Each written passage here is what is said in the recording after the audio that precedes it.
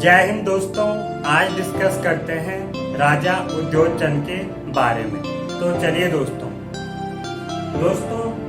अब कुमाऊं में राजा बाज बहादुर चंद के बाद राजा आते हैं उद्योगचंद, और इसका टाइम पीरियड है दोस्तों 1678 ईस्वी से लेकर 1698 ईस्वी तक। पिता है इसके बाज बहादुर चंद। एक्चुअल में दोस्तों राजा बाज बहादुर चंद के 3 पुत्र रहते हैं, जिनमें से सबसे ज्येष्ठ पुत्र है राजा उद्योगचंद, और जो बाकी के 2 पुत्र हैं वो इतने इम्पोर्टेंट नहीं हैं, इसीलिए इतिहासकारों ने उनके बारे में कुछ खास बताया नहीं है।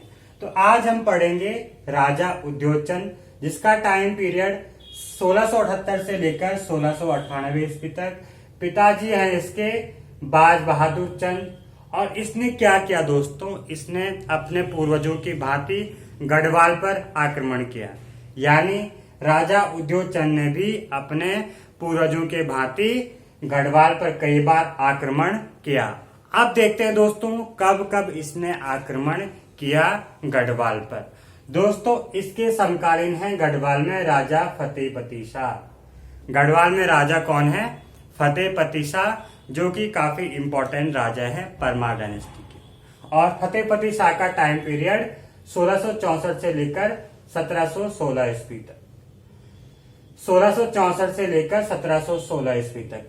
दोस्तों हम राजा फतेहपति शाह और उद्योगचंद के बीच जितने भी आक्रमण हुए हैं परमार डायनेस्टी में भी पढ़ चुके हैं, और इसके साथ साथ दोस्तों आप परमार डायनेस्टी के लेक्चर भी देखते हुए जाना, क्योंकि जो भी इम्पोर्टेंट रोल हैं इस परमार डायनेस्टी या चंद डायनेस्टी के बीच, वो सारे हमने परमार डायनेस्टी में डिस्कस किए हैं। साथ ही साथ अब इसमें कुछ इम्पोर्टेंट पॉइंट डिस्कस करते हैं कि क्या क्या इम्पोर्टेंट कार्य किए हैं राजा उद्योगचंद ने कुमाऊं क्षेत्र में।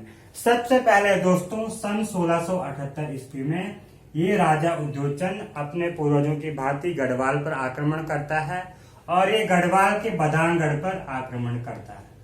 क्या हुआ दोस्तों, 1678 ईस्वी में गढ़वाल में राजा है कौन? फतेहपति शाह, जो कि काफी पावरफुल शासक है। इसने उसके गढ़वाल क्षेत्र में बधानगढ़ पर आक्रमण किया और बधानगढ़ को जीत लिया, और काफी लूटपाट मचाई है बधानगढ़ के क्षेत्र में राजा उद्योगचंद ने। और दोस्तों इस युद्ध में क्या हुआ, युद्ध तो भले ही जीत लिया उद्योगचंद ने, जीत उद्योगचंद की हुई, लेकिन इस युद्ध में उद्योगचंद का एक वीर सेनापति मैसी साहू मारा जाता है। जो 1678 ईस्वी में राजा उद्योगचंद ने बधानगढ़ पर आक्रमण करके बधानगढ़ को जीता था, उस युद्ध में राजा उद्योगचंद के एक पावरफुल सेनापति मैसू सारा की मृत्यु हो जाती है। अब देखिए दोस्तों ये टॉपिक हम परमार डायनेस्टी में भी डिस्कस कर चुके हैं, वहां पे भी अच्छे से हम डिस्कस कर चुके हैं कि इस युद्ध में मैसी साहू मारा गया। तो आप साथ साथ लेके चलना दोस्तों। अब देखिए दोस्तों जब उद्योगचंद ने बधानगढ़ जीत लिया, उसके बाद भी ये चुप नहीं बैठेगा, फिर भी गढ़वाल क्षेत्र पर बार बार आक्रमण करता रहेगा, लूटपाट मचाता रहेगा। कौन?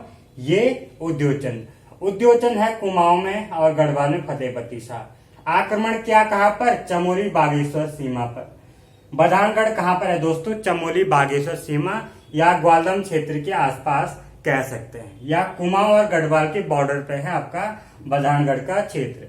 अब देखिए दोस्तों 1679 कह सकते हैं 1679 में उद्योगचंद ने फिर से गढ़वाल क्षेत्र पर आक्रमण किया, और इस बार चांदपुर गढ़ी जीता। उद्योगचंद ने इस बार चांदपुर गढ़ जीत लिया है, और काफी लूटपाट मचाता है राजा उद्योगचंद चांदपुर गढ़ के क्षेत्र में। तो बार बार अटैक करता जा रहा है और जीतता जा रहा है। अब क्या हुआ दोस्तों, यहाँ पर जब राजा फतेहपति शाह ज्यादा ही परेशान हो जाता है तो वो क्या करता है, यहाँ पर है नेपाल, इस साइड में ये नेपाल वाला क्षेत्र है, यहाँ पर डोटी का राज्य है आपका, डोटी राज्य यानी नेपाल का क्षेत्र, नेपाल का राजा। ये राजा फतेहपति शाह है जो ये डोटी के राजा देवपाल डोटी के राजा देवपाल से संधि कर लेता है, उससे संबंध बना लेता है, उसके साथ मिल जाता है और कहता है कि हम दोनों मिलकर राजा उद्योचन के प्रति या विरुद्ध आक्रमण करेंगे। तो अब यहाँ पर डोटी यानी नेपाल का राजा और फतेहपति शाह जो कि गढ़वाल का राजा के बीच संधि हो गई है। अब ये दोनों राजा साथ मिलकर अटैक करेंगे कुमाऊं क्षेत्र पर। अब अटैक करते हैं 1680 ईस्वी में ये कुमाऊं पर, दोनों राजा मिले हैं।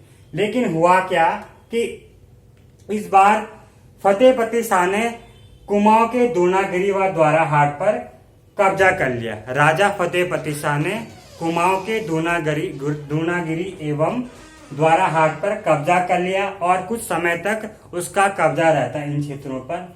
लेकिन कुछ समय बाद दोस्तों राजा उद्योचन इन दोनों राजाओं को खदेड़ देता है, दोनों राजाओं को कुमाऊं से भगा देता है। किस किस को? नेपाल यानी डोटी के राजा देवपाल एवं गढ़वाल के राजा फतेहपति शाह को। तो इस बार दोनों राजा मिलकर भी हार जाते हैं राजा उद्योचन से।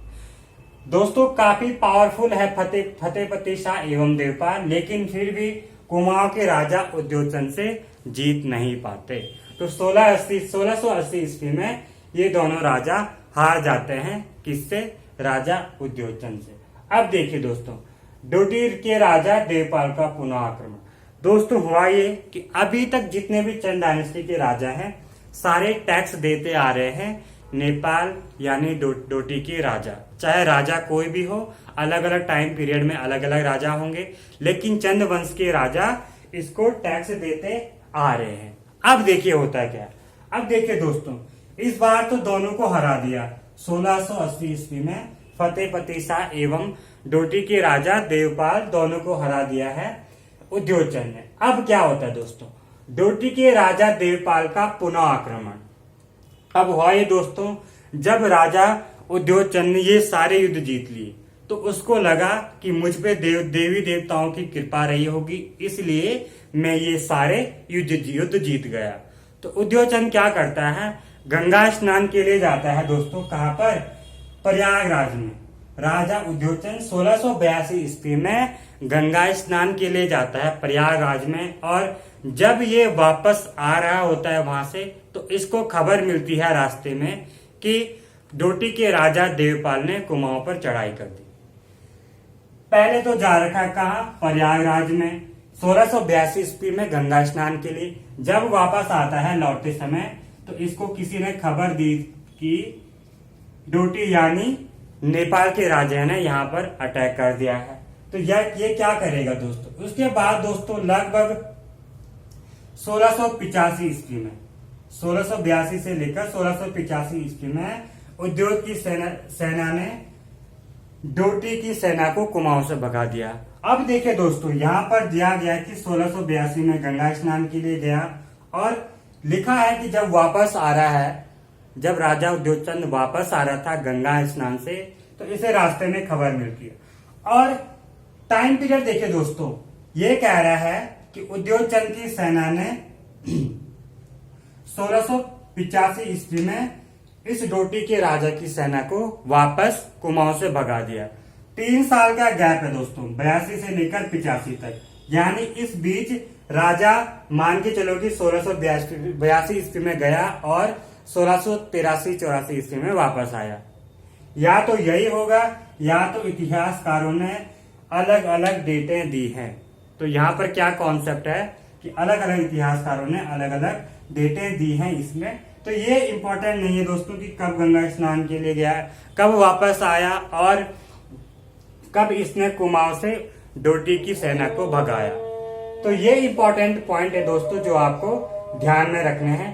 पर दोस्तों यहाँ पर एक पॉइंट लिखा गया है कि नेपाल की ग्रीष्म राजधानी अजमेरगढ़। इसका मीनिंग है दोस्तों कि जब उद्योचन की सेना ने यहाँ पर नेपाल यानी डोटी के राजा की सेना को वापस नेपाल खदेड़ दिया था तो उसके बाद यहाँ पर उद्योचन ने नेपाल की ग्रीष्मकालीन राजधानी अजमेरगढ़ पर कब्जा कर लिया था। डोटी के राजा देवपाल की राजधानी थी ग्रीष्मकालीन कहाँ पर? अजमेरगढ़ में। इस राजा उद्योचन ने वहां पर भी कब्जा कर लिया और अब ये डोटी का राजा यहाँ से भाग चल जाता है, यानी भाग लेता है और दूसरी जगह अपनी राजधानी बना लेता है। अब देखिए दोस्तों, इसमें इंपॉर्टेंट पॉइंट कि नेपाल की ग्रीष्मकालीन राजधानी अजमेरगढ़ पर कब्जा कर लिया। इसमें दोस्तों देखिए, अजय रावत जी की बुक में दिया गया है 1683 ईस्वी और अन्य इतिहासकारों ने बताया है 1685 ईस्वी। तो यहाँ पर डाउटफुल क्वेश्चन है और एग्जामिनर कभी भी इस क्वेश्चन को एग्जाम में नहीं पूछ पाएगा। अगर पूछेगा तो क्वेश्चन वहां पर डिलीट हो जाएगा दोस्तों। अब देखिए दोस्तों, इसके बाद भी ये राजा उद्योगचंद चुप नहीं बैठेगा। ये डोटी के राजा को बार बार परेशान करता रहेगा और अब क्या करता है, 1688 ईस्वी में उद्योगचंद ने खैरीगढ़ पर अधिकार कर लिया। और खैरीगढ़ क्या था दोस्तों, इस डोटी के राजा देवपाल ने अपनी राजधानी बनाया था खैरीगढ़ को। खैरीगढ़ काफी इंपॉर्टेंट पॉइंट है दोस्तों एग्जाम की दृष्टि से, तो ध्यान रखना खैरीगढ़ का क्या क्या इंपॉर्टेंट रोल है यहाँ पर। अब देखिए दोस्तों, 1688 ईस्वी में राजा उद्योगचंद ने खैरीगढ़ पर भी कब्जा कर लिया। तो अब क्या होता है, खैरीगढ़ की संधि 1688 ईस्वी के आसपास मानो उद्योगचंद व देवपाल के बीच संधि के बाद डोटी के राजा देवपाल ने कुमाऊं के राजा को टैक्स देना शुरू किया। 1688 ईस्वी में खैरीगढ़ की संधि होती है। नेपाल यानी डोटी के राजा देवपाल एवं कुमाऊं के राजा उद्योगचंद के बीच, और यहाँ पर डोटी का राजा कुमाऊं के राजा को अब टैक्स देगा। बिल्कुल उल्टा हो गया दोस्तों। क्यों? क्योंकि अभी तक जितने भी चंद वंशीय राजा थे सारे डोटी के राजा यानी नेपाल के राजा को टैक्स देते आ रहे थे, लेकिन अब यहाँ पर बिल्कुल अपोजिट हो गया है। नेपाल के राजा अब टैक्स देंगे कुमाऊं के राजा को। अभी राजा है उद्योगचंद। इसके आगे आगे देखेंगे कि कई बार उल्टा अपोजिट होता रहता है और बाद में 1790 ईस्वी में गोरखाओं का शासन आ जाता है। तो देखते हैं दोस्तों अब यहाँ पर कि नोट लिखा है दोस्तों। नोट में डोटी अभियान के समय उद्योगचंद का सेनापति हिक देवाऊ मारा गया। जब खैरीगढ़ की संधि या युद्ध हुआ होगा तो उस समय उद्योगचंद का एक और सेनापति ह्यू देबाऊ मारा गया। पहला सेनापति कौन? मैसी साहू। उसके बाद ह्यू देबाऊ मारा गया। अब देखते हैं दोस्तों एक और सेनापति इसका मारा जाएगा। तो देखिए अब 1696 ईस्वी में डोटी के राजा ने खैरागढ़ संधि का विरोध किया। 1696 ईस्वी में डोटी के राजा देवपाल ने खैरागढ़ संधि का विरोध कर लिया। पहले तो संधि कर ली 1688 ईस्वी में, उसके बाद उसने 1696 यानी 8 साल बाद यहाँ पर संधि का विरोध कर लिया। तो करने के पश्चात क्या हुआ दोस्तों, यहाँ पर ये टैक्स देना मना कर देगा, यानी टैक्स देना बंद कर देगा कुमाऊं के चंद्रवंशीय राजा उद्योगचंद को। बट इस बार उद्योगचंद को हार का सामना करना पड़ा। इस युद्ध में उद्योगचंद का एक सेनापति शिरोमणि जोशी मारा गया।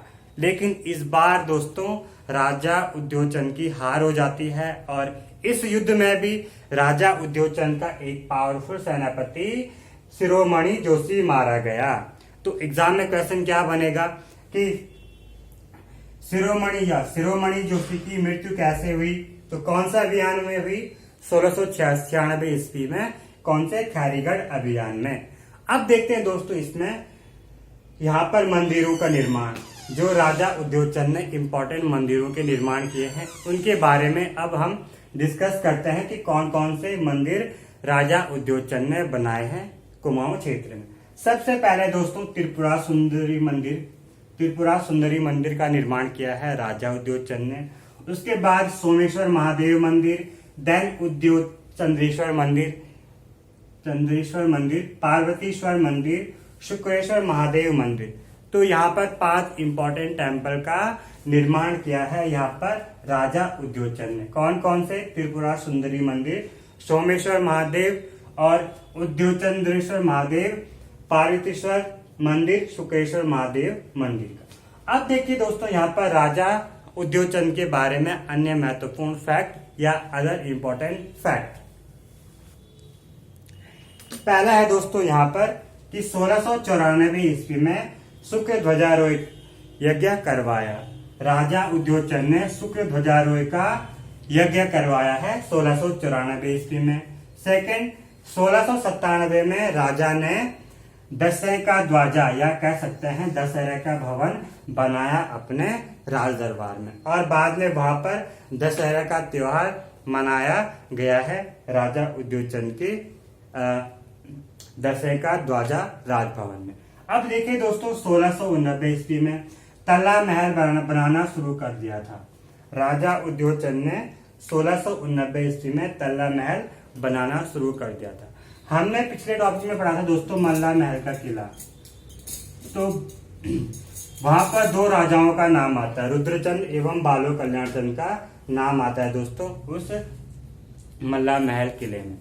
देखिए 1689 ईस्वी में राजा ने 1 लाख दीपक जलाकर देवी देवताओं की पूजा की और इसे लक्ष्य दीपावली कहा गया। इतने सारे युद्ध जीतने के बाद राजा उद्योचन ने 1 लाख दीपक जलाए और इसको नाम दी लक्ष्य दीपावली। इसको नाम दिया लक्ष्य दीपावली का। अब देखिए दोस्तों, इसके इम्पोर्टेंट राज दरबार में कह सकते हैं एक इम्पोर्टेंट व्यक्ति आए हैं या कवि आए हैं, मतीराम या मणिराम। मतीराम या मणिराम इनके राज दरबार में आए हैं। किसके? राजा उद्योचन के राज दरबार में। उद्योचन ने कोटा भाबर में आम के बगीचे लगाए। दोस्तों कोटा भाबर का क्षेत्र पड़ता है उधम सिंह नगर में और वहां पर काफी गर्मी है। वहां के मुसाफिरों के लिए राजा उद्योचन ने आम के बगीचे लगाए ताकि जो मुसाफिर इधर उधर जाएंगे वो उन पेड़ों के नीचे या उन पेड़ों की छांव में बैठे। अब देखते हैं दोस्तों, इसमें राजा ज्ञानचंद उद्योचन का जितना भी इम्पोर्टेंट रोल रहा है कुमाऊं क्षेत्र में वो हम परमार डायनेस्टी या चंद डायनेस्टी दोनों के तहत डिस्कस कर चुके हैं। अब देखते हैं यहाँ पर एक और इम्पोर्टेंट राजा ज्ञानचंद, जिसका टाइम पीरियड है 1698 से लेकर 1708 ईस्वी में। और इसके बाद दोस्तों यहाँ पर या इसके समय से कह सकते हैं 12 वर्षीय युद्ध शुरू हो जाता है गढ़वाल के राजा एवं कुमाऊं के राजाओं के बाद। 1698 ईस्वी में राजगद्दी पर बैठेगा और पुत्र है राजा उद्योचन का। जो ज्ञानचंद द्वितीय है ये उद्योचंद का पुत्र है। 1698 से लेकर 1708 ईस्वी तक कुमाऊं की राजगद्दी पर बैठेगा और इसका पहला ताम्रपत्र मिला है दोस्तों 1698 ईस्वी में। ज्ञानचंद के बारे में पहला ताम्रपत्र 1698 ईस्वी का है जिसमें उसके बारे में वर्णन किया गया। अब देखिए दोस्तों, पहला आक्रमण इसने भी अपने पूर्वजों या अपने पिता दादा के भांति गढ़वाल पर आक्रमण किया। तो कहा? गढ़वाल की पिंडर घाटी में, जहां पर ज्ञानचंद ने थराली तक के उपजाऊ क्षेत्र को रौंद दिया था। इस बार राजा ज्ञानचंद ने अलग जगह आक्रमण कर दिया। पिंडर घाटी के आसपास राजा ज्ञान